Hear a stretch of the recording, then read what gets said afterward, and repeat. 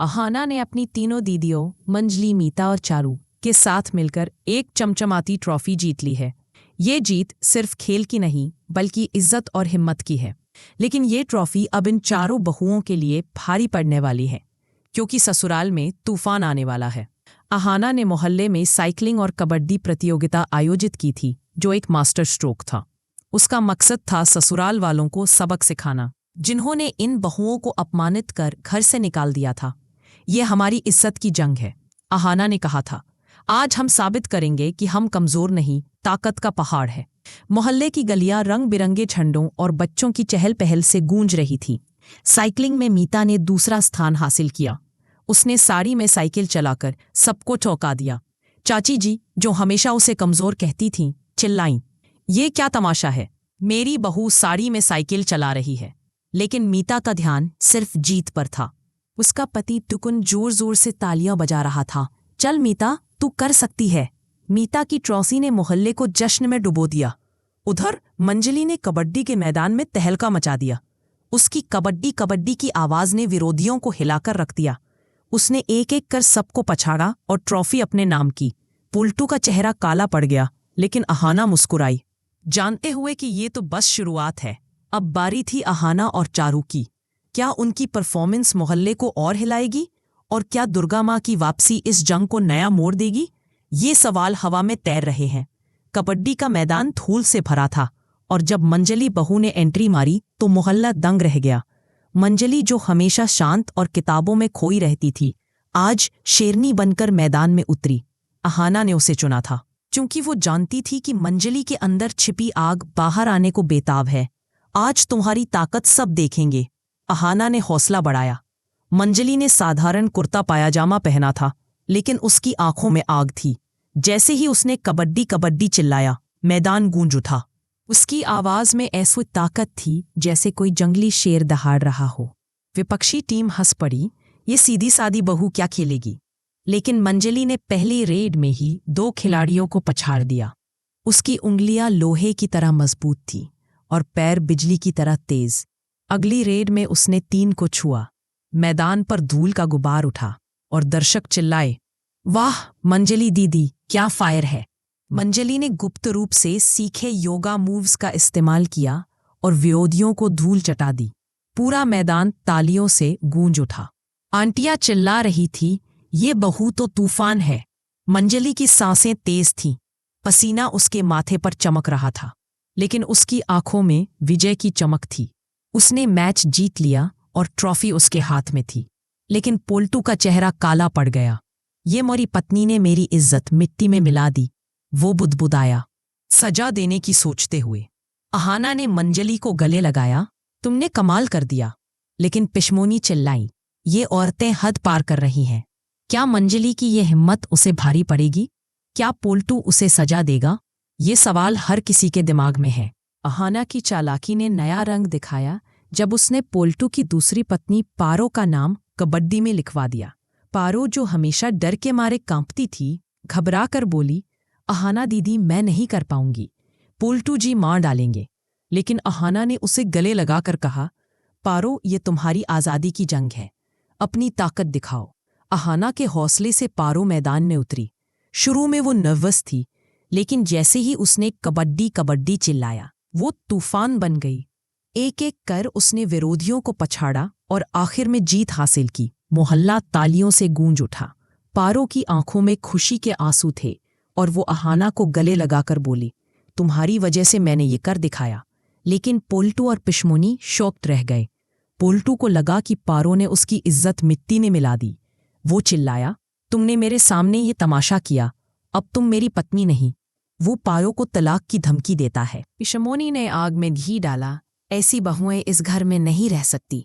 लेकिन अहाना ने जवाब दिया, अगर तुम पारो दीदी को तलाक दोगे तो तुम्हें इतना धन देना होगा कि वो तुम्हारे बिना शान से जी सके। पोल्टू हक्का बक्का रह गया, लेकिन उसका गुस्सा कम नहीं हुआ। वो चुपके से नई साजिश रचने लगा। क्या पोल्टू अपनी साजिश में कामयाब होगा? क्या पारो को अपनी हिम्मत की कीमत चुकानी पड़ेगी? और क्या अहाना का यह मास्टर प्लान ससुराल वालों को झुकने पर मजबूर करेगा? ये सवाल हवा में तैर रहे हैं। प्रतियोगिता का माहौल और गर्म हुआ जब चारू ने मंच संभाला। इसकी सुरीली आवाज ने मोहल्ले को मंत्रमुग्ध कर दिया। चारू का गाना सुनकर लोग झूम उठे और तालियों की गड़गड़ाहट से आसमान गूंज उठा। टुकुन और मोहल्ले वाले उसकी तारीफ करते नहीं थके, लेकिन पिशमोनी और चाची जी का गुस्सा और बढ़ गया। वो सोच रही थी कि ये बहुएं अब हद पार कर रही हैं। लेकिन असली धमाल तब मचा जब अहाना ने अपने शानदार डांस के साथ मंच पर कब्जा किया। उसका नृत्य इतना जोशपूर्ण था कि पूरा मोहल्ला दीवाना हो गया। अहाना का डांस न सिर्फ उसकी प्रतिभा दिखाता था, बल्कि ये साबित करता था कि वो किसी भी हाल में हार नहीं मानती। लेकिन अर्जुन, जो पहले से ही नाराज था, ये देखकर और भड़क गया। वो गुस्से में अहाना के पास पहुंचा और चिल्लाया, ये सब क्या तमाशा है? मैं तुम्हें मायके छोड़ आऊंगा।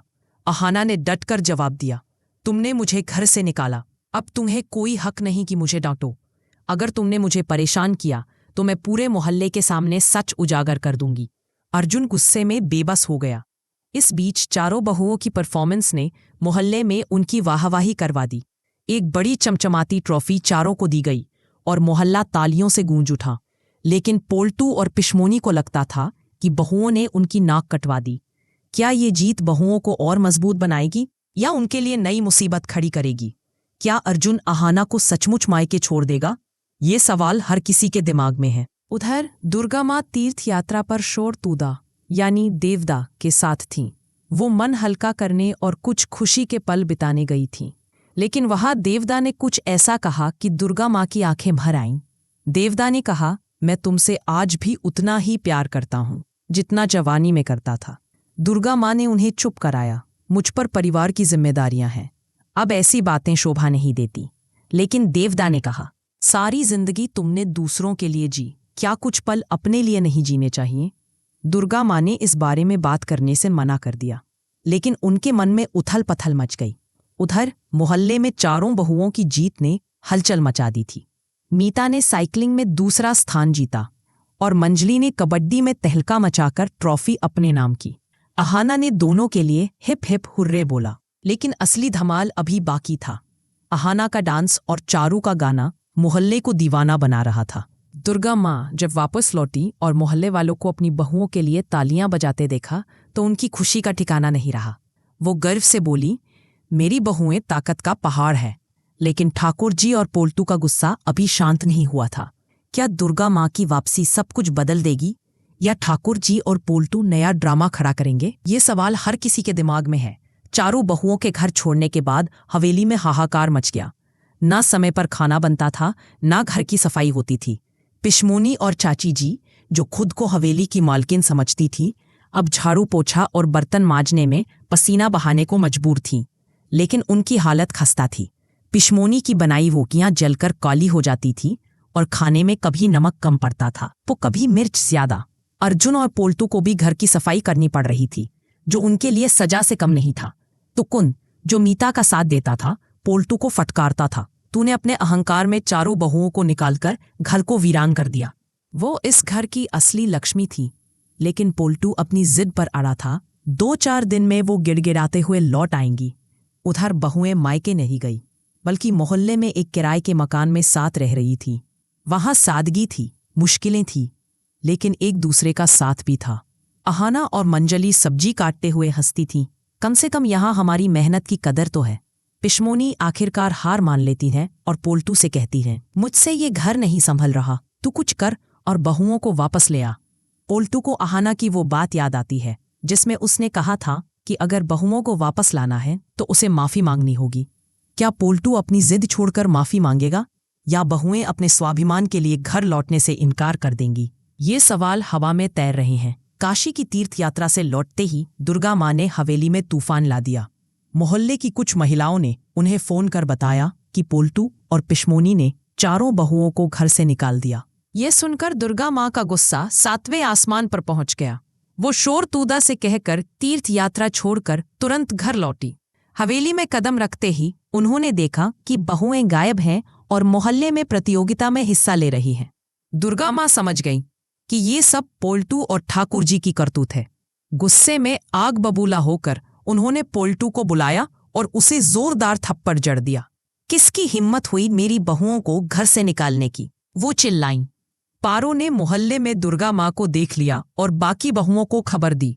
चारों बहुएं घर लौटी और देखा कि दुर्गा माँ पोल्टू को सबके सामने सबक सिखा रही है। ये नज़ारा देखकर अहाना और बाकी बहुएं हैरान रह गईं। दुर्गा माँ का ये गुस्सा उन्होंने पहले कभी नहीं देखा था। वो खुश थीं कि उनकी सास उनके लिए इतना सोचती हैं। दुर्गा माँ को शक था कि पोल्टू को पिशमोनी ने भड़काया होगा, इसलिए उन्होंने पिशमोनी को भी भला बुरा कहा। वो पोल्टू को आदेश देती है कि वो चारों बहुओं से माफी मांगे और उन्हें सम्मान के साथ घर वापस लाएं। क्या पोल्टू दुर्गा माँ की बात मानेगा, या अर्जुन पोल्टू का साथ देकर अपनी माँ के खिलाफ खड़ा हो जाएगा?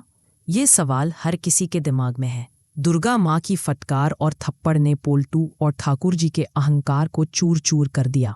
वो जो पहले अपनी हैकड़ी में चूर थे, अब मजबूरी में सिर झुकाने को मजबूर थे।